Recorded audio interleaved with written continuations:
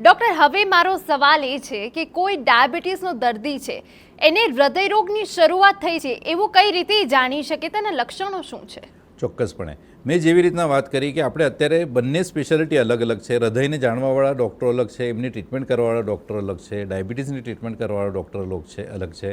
એટલે સરવાળે પેશન્ટ જ્યારે ટ્રીટમેન્ટ કરતું હોય છે ત્યારે સમજો એને ડાયાબિટીસની ટ્રીટમેન્ટ ચાલતી હોય તો રેગ્યુલર ચેકઅપના અભાવના લીધે અથવા રેગ્યુલર ડૉક્ટરને ત્યાં જવાના લીધે અથવા તો એવા ડૉક્ટરો જે હૃદયની ટ્રીટમેન્ટ કરતા હોય છે એમને ત્યાં વધારે ભીડ હોવાના લીધે પણ પેશન્ટો જે છે ડૉક્ટરને ત્યાં જતાં ગભરાય છે અથવા તો જતા નથી, કેમ કે સમય વધારે જાય છે. આ બધી વસ્તુના પ્રોબ્લેમ આવે છે.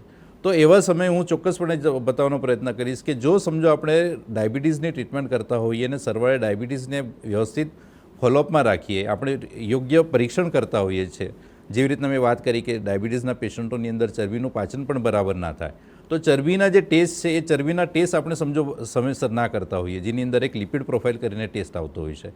જે કોલેસ્ટ્રોલ જે આપણે ચેક કરતા હોઈએ, વધારે પડતી ચરબીનું પ્રમાણ લોહીની અંદર રહેતું હોય છે અને જે ગઠ્ઠા સ્વરૂપે લોહીની નળીઓનું સ્વાસ્થ્ય બગાડતી હોય છે, તો એ લિપિડ પ્રોફાઇલ સમજો ટેસ્ટ આપણે કરીએ સમય પર, તો આપણે કહી શકીએ છીએ કે હવે લિપિડ પ્રોફાઇલની અંદર એલડીએલ કોલેસ્ટ્રોલ, જે ખરાબ કોલેસ્ટ્રોલ કહેવાય, એ ખરાબ કોલેસ્ટ્રોલ સમજો આપણું વધારે આવતું હોય તો આપણે કહી શકીએ કે આગળ જતાં હૃદયરોગની શરૂઆત થવાનો ચાન્સ છે અથવા હૃદયની નળીઓ જે છે એ કડક થવાનો ચાન્સ વધારી જાય છે. બીજો એક ટેસ્ટ આવે છે સ્ટ્રેસ ટેસ્ટ, ટીએમટી જેને કહેવાય. હવે ટીએમટી સ્ટ્રેસ ટેસ્ટની અંદર 15 મિનિટ માણસ પેશન્ટે દોડવાનું હોય છે અને એક સિમ્પલ આપણે કાર્ડિયોગ્રામ જેવી રીતના કાઢતા હોઈએ છીએ એવો ગ્રાફ આપણે કાઢતા હોઈએ છીએ. હવે એ દરમિયાન જ્યારે ટીએમટી કરીએ છીએ ત્યારે ટીએમટી સ્ટ્રેસ ટેસ્ટની અંદર એની સ્પીડ ધીમે ધીમે વધે છે અને ધીમે ધીમે એની ઊંચાઈ વધે છે. એટલે આપણે આર્ટિફિશિયલી એને લોડ આપવાનો પ્રયત્ન કરતા હોઈએ છીએ.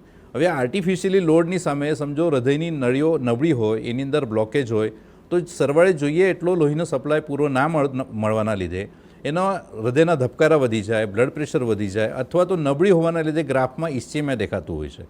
તો સરવાળે હું એવું ચોક્કસપણે કહીશ કે આ બે મહત્ત્વના જે ટેસ્ટ છે એ ટેસ્ટ ઉપરથી આપણે એવું સાબિત કરી શકીએ છીએ કે આગળ જતાં હૃદયનો ડેમેજ થવાનો ચાન્સ વધારે છે.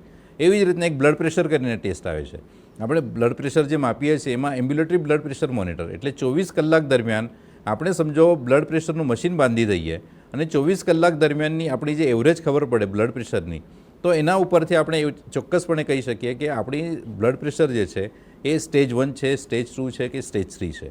એના ઉપરથી પણ આપણે સાબિત કરી શકીએ કે આગળ જતાં હૃદયનો ચાન્સ કેટલો છે અથવા તો હૃદય ડેમેજ થવાની શરૂઆત થઈ છે કે નહીં.